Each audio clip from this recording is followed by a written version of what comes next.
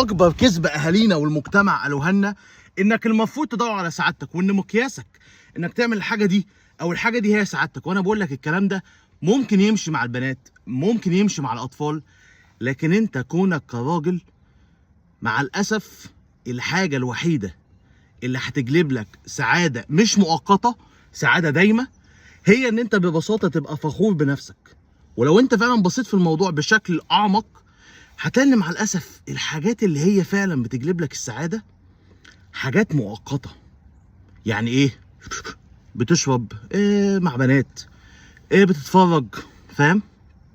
بس الحاجات اللي فعلا بتجلب لك سعاده دايمه هي الحاجات اللي انت مع الاسف وانت بتعملها هتبص مقروف بشكل مش طبيعي. انا فاهم انا بقول لك ايه، وانا حاسس بيك لان انا كنت في مكانك. وعلى فكره انا بعدي بالمواقف دي. يعني انا دلوقتي مثلا رايح الجيم، انا مقروف مش عاوز. النهارده يا سيدي صحيت الصبح كان في مشاكل في البيزنس، بجد مقروف. اللي هو ايه الخرا ده؟ ليه ما انا قلت لكم اعملوا 1 2 3، فاهم؟ فكل ده اوعدك كل ده هيجلب لك فخر لما انت بكل بساطه كل الناس اللي حواليك معاهم اهلك يقول لك ما تعملش حاجه الفلانيه، يا ابني خليك في وظيفتك، او يا ابني جيم ايه ولا بتاع ايه، او ايه اللي انت عاوز تفتحه ده، وانت عشان انت شايف حاجه هم مش شايفينها، عشان ربنا اداك الرؤيه دي. هو انت ما سالتش نفسك هو انت ليه عندك احلام والناس اللي حواليك ما عندهمش نفس الاحلام دي؟ او لما انت تقول لحد مثلا انا شايف نفسي في حته تانية، ما سالتش نفسك هو ليه هو مش شايف نفسه في حته تانية؟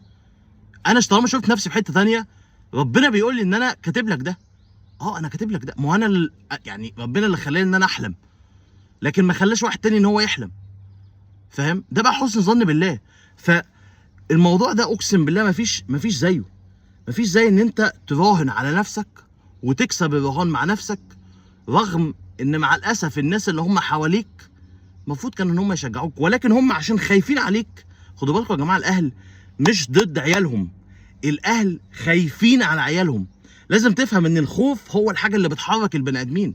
فالاب والام خايف ان ابنه بكل بساطه يسيب شغله وبعديها البيزنس يفشل وبعديها الواد ينكسر، لكن هو مش فاهم ان هو لو بيزنس فشل والواد فعلا فهم البيزنس فشل ليه وشغل دماغه، هو مش فاهم ان الواد ده هيبقى ملوش زي. خلاص، ما انا فشلت وانا قمت من الفشل ده، خلاص. واحده خانتني وانا قمت وغيرت جسمي وغيرت حياتي وابتديت ان انا انجح في البيزنس بتاعي وكل الكلام ده. فافهم ان بجد الصعوبات لينا احنا كرجاله هي الحاجه الوحيده اللي هتعملك، وهي الحاجه الوحيده اللي هتخليك فخور من نفسك. وعلى فكره انا لما قلت البنات مفيش مشكله ان هم يعملوا كده، لان وظيفه الراجل هو اللي عنده القوامه، هو اللي بيصرف، هو اللي محتاج ان هو حرفيا يبقى واقف زي الجبل، حتى لو الدنيا كلها يعني بتسفلته مسفلته وشه بالارض، ولكن هو السند، هو الظهر. فكره بقى انت راجل انت ممكن تعيط وانت مش كده ليه وفضفض، لا عبيط ولا ايه؟ ايه جو فضفض وعيط وكل الكلام ده؟ افهم، بص على الصحابه، بص على الانبياء.